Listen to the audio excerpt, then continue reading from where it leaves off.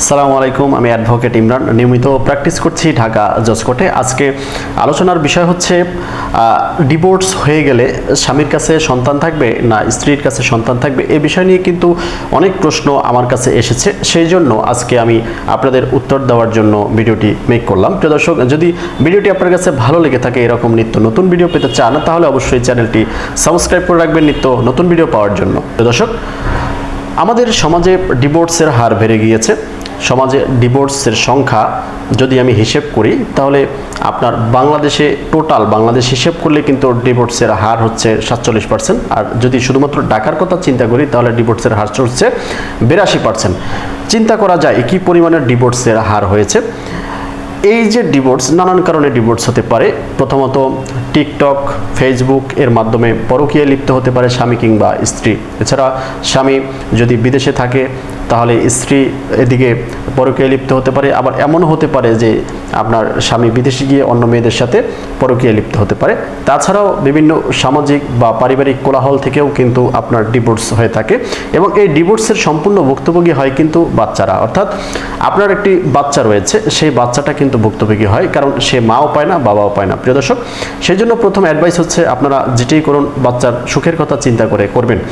এবার আসেন, যদি ডিভোর্স হয়ে যায়, সেই ক্ষেত্রে আপনাদের বাচ্চাটা কে পাবে, অর্থাৎ মায়ের কাছে যাবে না বাবার কাছে যাবে। আইন অনুযায়ী যদি হিসেব করি, তাহলে ছেলে বাচ্চা যদি হয়ে থাকে, তাহলে 7 বছর পর্যন্ত মায়ের কাছে থাকতে পারবে।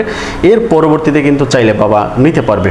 এবং যদি মেয়ে বাচ্চা হয়ে থাকে, তাহলে বয়সন্ধিকাল অর্থাৎ 18 বছর পূর্ণ না হওয়া পর্যন্ত কিন্তু মায়ের কাছে থাকতে পারে, এবং 18 বছর পূর্ণ হয়ে গেলে চাইলে কিন্তু সে বাবার কাছে যেতে পারে। তবে এই সময়টা মায়ের কাছে থাকুক বা বাবার কাছে থাকুক, সম্পূর্ণ দায়িত্ব কিন্তু বাবাকে নিতে হবে। অর্থাৎ সে আপনার আর্থিকভাবে যত ধরনের সুযোগ সুবিধা দেওয়া দরকার একটা বাচ্চাকে, সেগুলো কিন্তু দিয়ে আসবে।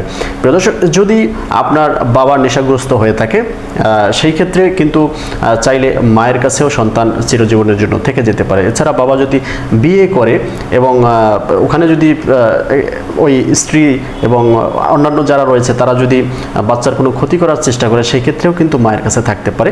এবং যদি এমনটা হয়, এই ক্ষেত্রে কিন্তু এমনও হয় যে পারিবারিক আদালতে কিন্তু মামলা করেও কিন্তু বাচ্চা নেওয়ার সুযোগ রয়েছে। সেজন্য আপনারা গার্ডিয়ানশিপের মামলা করতে পারেন। যদি বাবা মামলা করতে চায়, তাহলে সে গার্ডিয়ানশিপের মামলা করবে। আর যদি মা মামলা করতে চায়, তাহলে অবশ্যই অভিভাবকত্বের জন্য মামলা দায়ের করবে। প্রিয় দর্শক, সেই ক্ষেত্রে বাচ্চার শরীর এবং সম্পত্তির জন্য মামলা দায়ের করা যেতে পারে পারিবারিক আদালতে। প্রিয় দর্শক, সেজন্য একটি মূল্যমান দিতে হবে, অর্থাৎ একটি কোর্ট ফি দিয়ে মামলা দায়ের করতে হবে। এখন যদি মা ডিভোর্স হয়ে যায়, ডিভোর্স হয়ে যাওয়ার পরে যদি মা অন্য কোথাও বিয়ে করে ফেলে এবং সেই বিবাহের পরবর্তীতে যদি বাচ্চা সেখানে নিয়ে যেতে চায়, অথবা মা যদি এমন হয় যে নানা বাড়িতে তার সন্তানকে রেখে যেতে চায়, কিন্তু যদি এমন দেখা যায় যে বাবা স্বাবলম্বী হয়েছেন এবং বাবা তার সন্তানকে দেখে রাখতে পারবেন, এবং সন্তানও চায় যে মায়ের কাছে থাকবে না, সেই বাবার কাছে থাকবে, সেই ক্ষেত্রে কিন্তু আদালত সিদ্ধান্ত দিতে পারে যে সন্তান বাবার কাছে থাকবে। কারণ দিন শেষে স্বামী বা স্ত্রীর সুযোগ সুবিধার জন্য সন্তান কিন্তু স্বামীর কাছে বা স্ত্রীর কাছে দেওয়া হয় না। সন্তানের কোথায় ভালো হবে সেগুলো বিবেচনা করে কিন্তু আদালত স্বামী কিংবা স্ত্রীর কাছে দিয়ে থাকে। প্রিয় দর্শক, এই নিয়ে যদি আরও বিস্তারিত আপনি জানতে চান, তাহলে কিন্তু আমাদের সাথে যোগাযোগ করতে পারেন।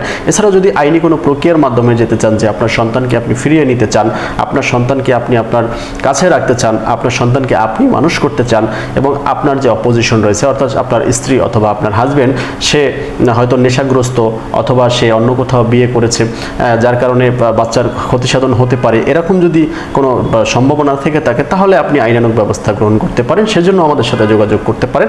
আমাদের সাথে যোগাযোগ করার জন্য অবশ্যই স্ক্রিনে দেওয়া নাম্বারে যোগাযোগ করতে হবে। ভালো লাগলে লাইক, কমেন্ট, শেয়ার করতে পারেন। পরবর্তী ভিডিও দেখার আমন্ত্রণ রইল। সেই পর্যন্ত সবাই ভালো থাকবেন, সুস্থ থাকবেন। আপনাদের সুস্বাস্থ্য কামনায় আমি অ্যাডভোকেট ইমরান। আল্লাহ হাফেজ, সালামু আলাইকুম।